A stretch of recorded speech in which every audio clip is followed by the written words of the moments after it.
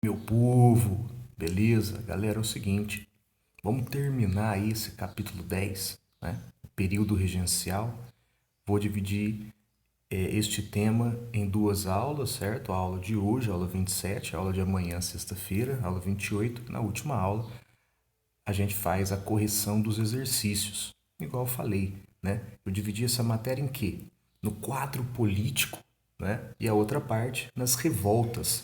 Lembrando que é um período, o período regencial de 1831 a 1840, é um período instável, de crises.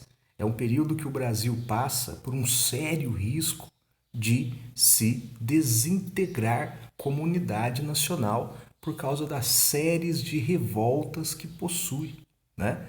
E essa aqui, né, pra gente, claro, eu não vou comentar, falar, né, especificamente, né, do que aconteceu, das revoltas e tudo. Vamos dar aquela pincelada legal, né, para você ter pelo menos o conhecimento ao assunto, essa introdução ao assunto, né? Então, as revoltas regenciais, você tem que ver o seguinte: são revoltas separatistas, revoltas que querem o quê? Romper com o governo imperial brasileiro, no caso aqui, romper com as regências, né? Lembrando que esse período é um período onde as elites se revezam no poder. Alguns historiadores dizem que é até um período republicano dentro do Império Brasileiro, né? Mas isso não é questão nossa, né?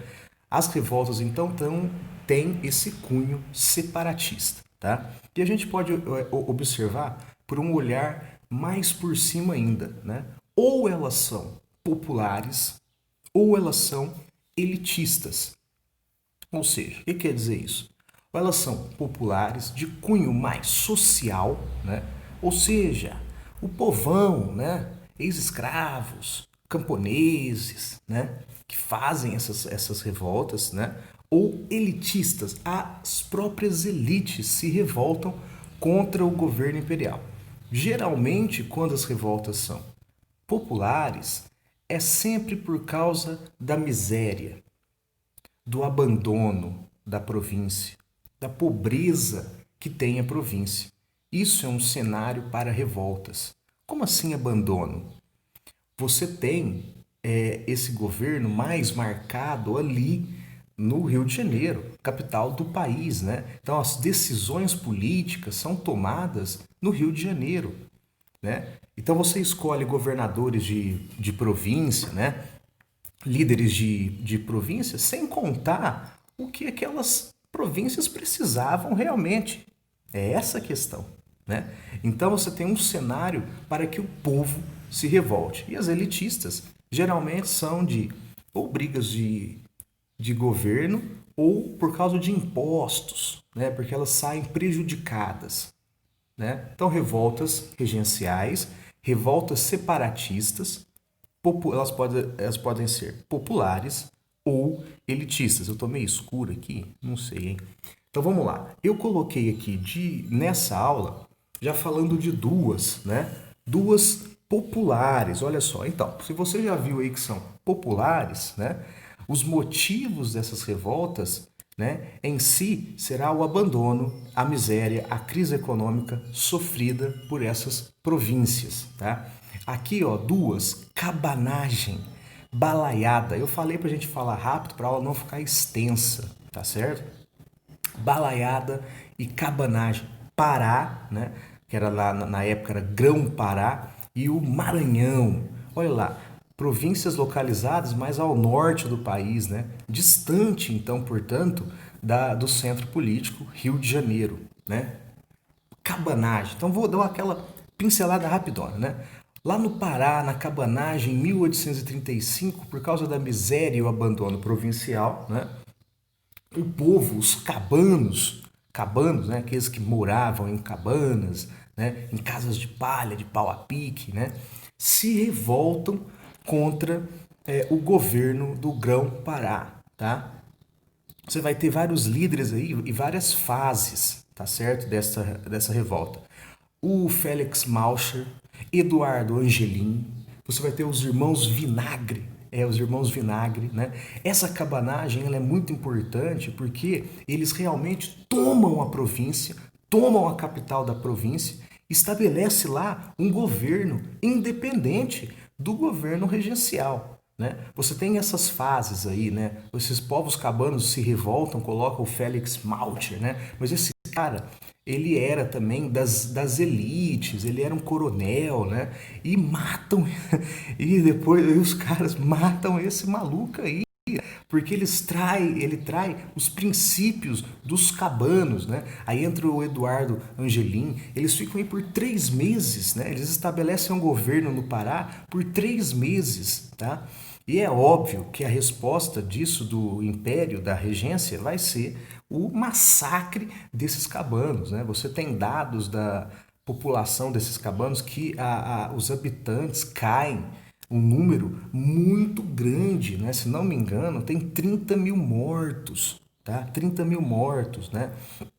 Então, essa galera se revolta, consegue tomar o poder da província do Pará. Como é uma revolta popular, você tem essa repressão imperial aí muito forte. Da mesma forma, ocorre na Balaiada em 1838.